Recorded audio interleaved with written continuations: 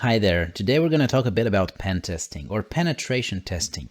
Now remember in the previous videos we talked about discovering network devices, network reconnaissance, and then we talked about methods for identifying what services are running on those network devices, what open ports they have, what's running behind those ports, what services, what versions they have. We use that information to identify specific vulnerabilities that might apply to those applications and those versions. And we ended up with a vulnerability report.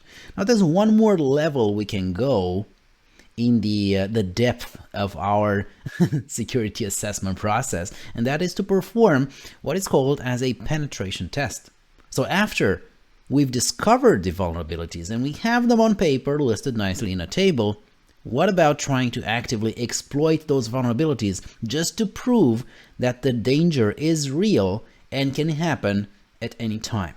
That is penetration testing, the use of real hacking tools and hacking techniques to exploit the vulnerabilities that we just found in our vulnerability scan. As you can probably guess, this approach comes with a couple of trouble or potential for trouble from a lot of different perspectives. So let's talk more about this in the following minutes. First of all, let's talk about the difference between threat hunting and penetration testing. Now, threat hunting means looking for threats before they actually get a chance to happen. Looking inside of your network traffic, in your network events, the logs that are generated by your network devices or your host, your endpoints, the list of processes that are running on each and every endpoint, stuff like that. Monitoring the network, looking for potential indicators of compromise. So that is threat hunting. It's considered to be not so disruptive. It's a way of saying look but don't touch. We're just analyzing the information that we have at our disposal in order to find potential threats in there or vulnerabilities. But it doesn't interact directly with any of our systems, so it's a way to determine threats without actually bothering anyone or creating any type of disruption. On the other hand, we have pen testing, which is completely opposite to it, right? This is a way of saying, let's say how the network could be attacked. Let's see if those vulnerabilities that we just found can be actually exploited and how bad the result would be if they were to be exploited. The pen testing itself, the process of pen testing actually is not just about exploiting those vulnerabilities. It also includes the discovery of those vulnerabilities as well. But the main difference is that in this case, we're actively trying to break the network, to break the services, to crack that authentication logging page, to even to trick the users into divulging sensitive information. That's a really interesting part of pen testing. Most people think about pen testing, just take all your hacking tools out there and start throwing everything that you have at that web server. No, it can also be done by impersonating an IT support technician and calling an employee and making them divulge their password because you need to perform some updates on their account because otherwise they'll lose access to email or something like that. That's also a part of penetration testing. So you're not just testing the security of your IT security systems, you're also testing the security of your human weakest link. But enough about that. Let's come back and talk about the actual technical part of pen testing. One very important item here is the fact that penetration testing is always going to be extremely disruptive. That's because actively attempting to exploit a vulnerability, a weakness in a system, is going to cause that exploit to manifest itself, which can be an exploit that causes a denial of service, brings down an Active Directory server, brings down the website that is hosting the company website or the company email. It might be an exploit that actually corrupts a database. It might be something that extracts sensitive information. So you're basically simulating a successful attack. It can be done from the inside, it can be done from the outside, but the end result can be disastrous because it behaves just like a normal attack. That's why a penetration test is pretty tough to fully deploy in real life, especially in a live network with live users, but it's going to provide you with a lot of valuable information as to how vulnerable your network and your services actually are. So the purpose of pen testing is to identify vulnerabilities and to prove that they actually exist and they can be exploited. Think about this. You might be going to top management and say, you know, the server that is that is hosting our HR application, that is processing all our employee data, is not so secure. Here's a report that says that the server is running an outdated version, an outdated library, and this server is at risk right now. And someone from management might look at this and say, you know what? Yeah, I get it. You're saying that we have some risk in there. I don't really understand what's going on with this. What are those protocols? What are those versions? We'll discuss this sometime in the next board meeting, maybe next quarter, because you don't really need to invest right now anymore in security. And people just tend to forget about these reports. Well, think about it this way. If you, as an authorized penetration tester, go to top management and hand over a security assessment report along with an Excel sheet that includes the salaries of everybody in the company. Just saying, you know what, I told you this one is a vulnerable server. Here I am, an outsider that doesn't even have a valid user account in your company. I was able to get this spreadsheet with everybody's salaries from your company. Here it is. How much more impactful would this behavior be? And even though it's a bit theatrical, what I just said here, actually the purpose of penetration testing is exactly this one right here, to create awareness and to actually teach people about the importance of implementing correct security controls and security measures. So in order to be able to perform this type of very intrusive and risky type of test, we first need to get approval. And that approval is basically a way of saying, this is how I'm going to behave, this is what I'm going to scan, and all these rules that we're agreeing upon are going to be put down in writing in something called a document for rules of engagement, right? It's basically a war term, but we're using it because we're basically simulating an attack against our own network. So what's going to be inside of this rules of engagement document? We're going to find, first of all, authorization. We need to have signed authorization from everybody who agrees that we are going to be attacking that network. We're not going to be performing this outside the necessary approvals, because what you're doing then is called a cyber attack, which is punishable by law. All right.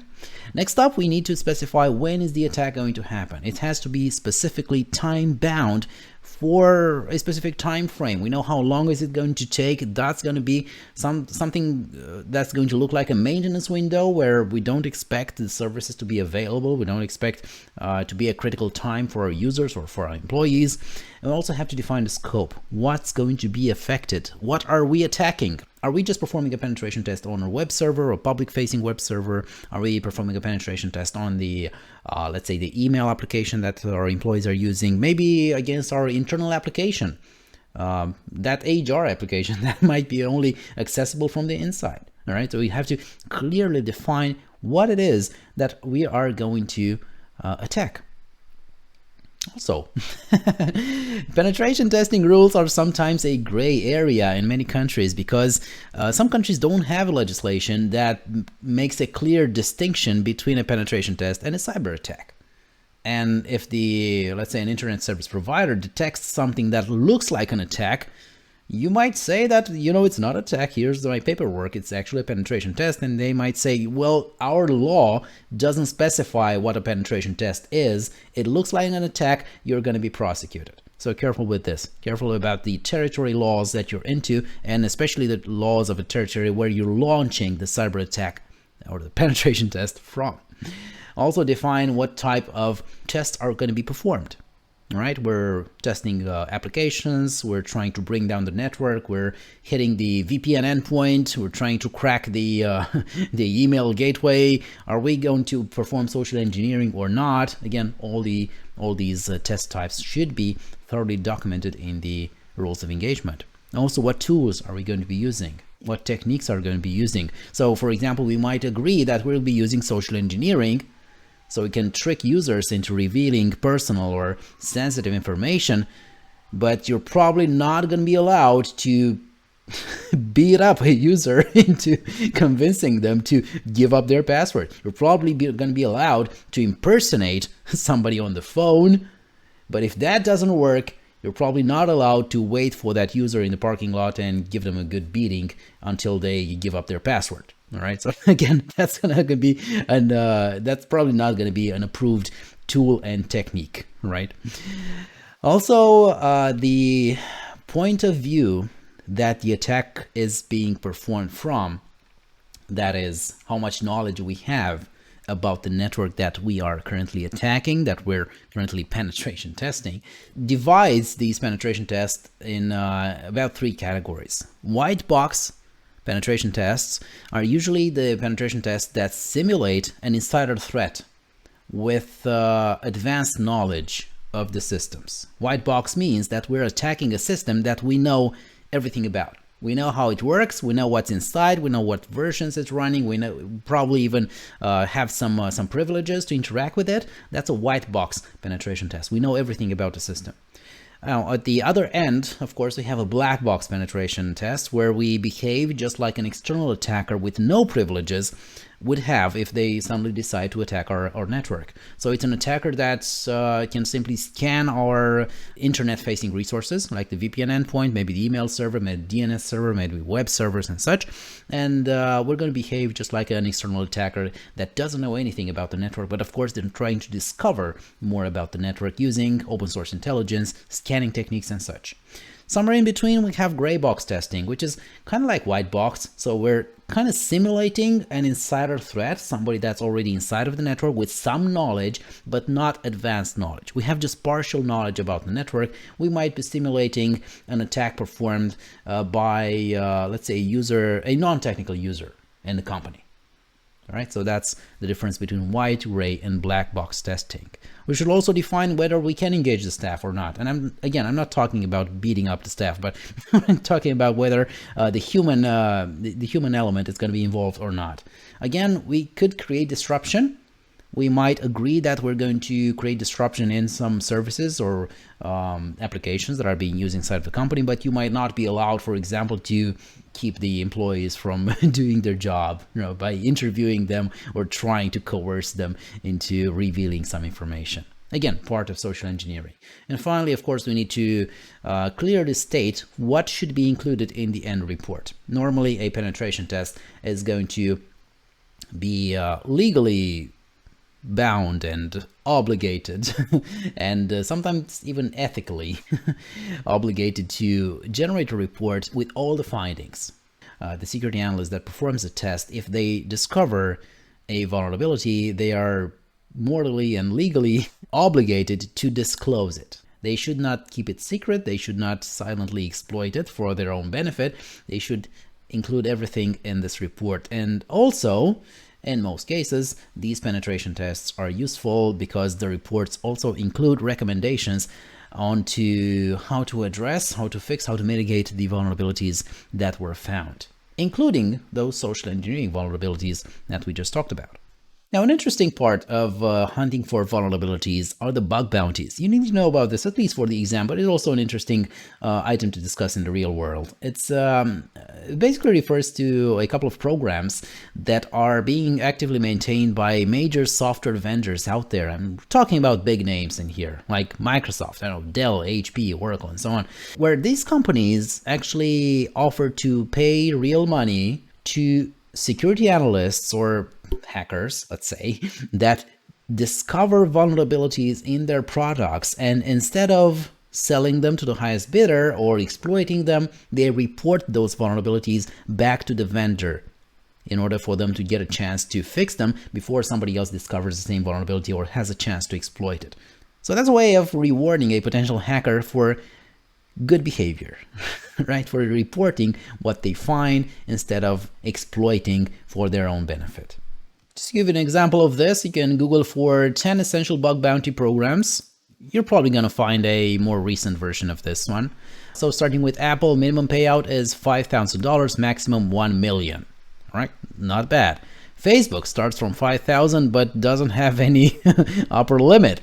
GitHub, Google, HackerOne, Intel, Microsoft, Mozilla, Pentagon. Pretty low payments in here, right? and Zoom, right? Now, they're not the only ones, of course. There are a lot of companies out there that have bug bounty programs. And also, even if they don't have an official bug bounty program, if you discover a vulnerability and you try to contact the company, they're probably going to react in some way and reward you anyway. Now, penetration testing can also be performed in a completely, let's say, safe and gamified environment. We call these war games. And this is an environment where we split the so-called attackers and the so-called defenders into two different teams, just to perform an attack exercise and see how each team reacts. So we're going to have the red team, which are going to be the attackers. I'm going to have the blue team, which are going to be the defenders, or the people that are reacting to a security incident that is currently happening. Now, these are the major teams. Depending on the complexity of the game, we could also have something called a white team. This is the one that sets the rules of the game, the rules of engagement, and makes sure that everybody plays nice, and that everything that is found is being reported, and the rules of the game are being followed. And sometimes we can even find a purple team, which is made up of so-called arbiters, that make sure that the interaction between red and blue is constructive.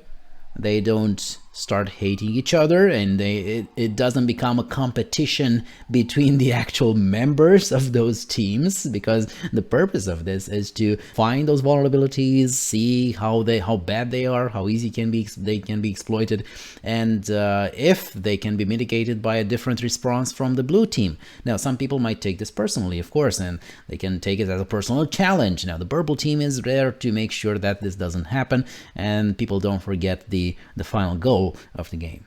Now, pen testing, as you can probably guess by this point, is very similar to an actual attack, an actual cyber attack conducted from the inside or from the outside of the company. Now, if the attack is conducted from the outside, the first step in an attack is going to be reconnaissance, finding out more about your target, your victim.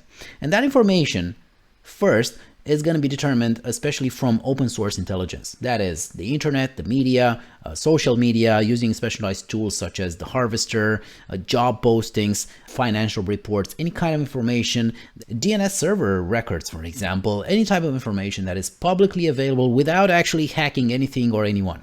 This is considered to be a passive type of reconnaissance, of information gathering. A more active type of information gathering relies on social engineering. Again, this is hacking the human, interacting with real humans, pretending to be somebody else, impersonating IT support, impersonating a law officer, impersonating a manager from another department, asking for confidential information, asking about how the company is structured, maybe even asking for actual credentials to gain access to further inside of that network, inside of that company, or even just asking someone nicely to keep the door open for you so that you don't have to use a badge to enter the building premises.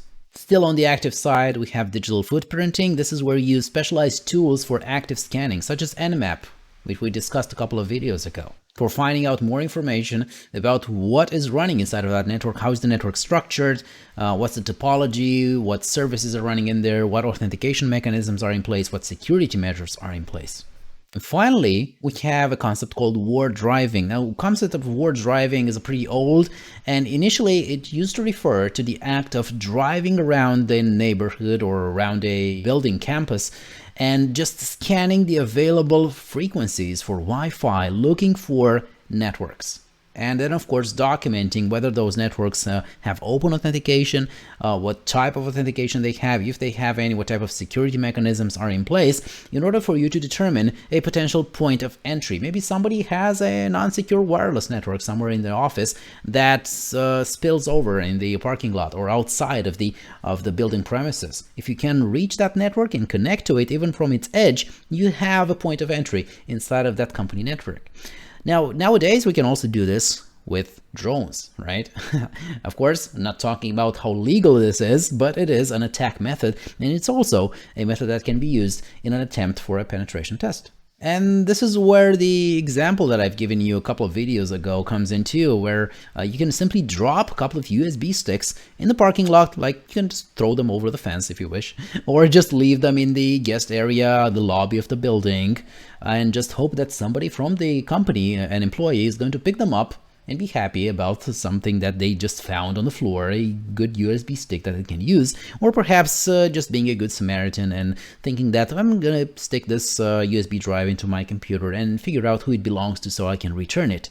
Well, of course, that USB stick contains malware, and that can become a point of entry for an attacker inside of your own private network.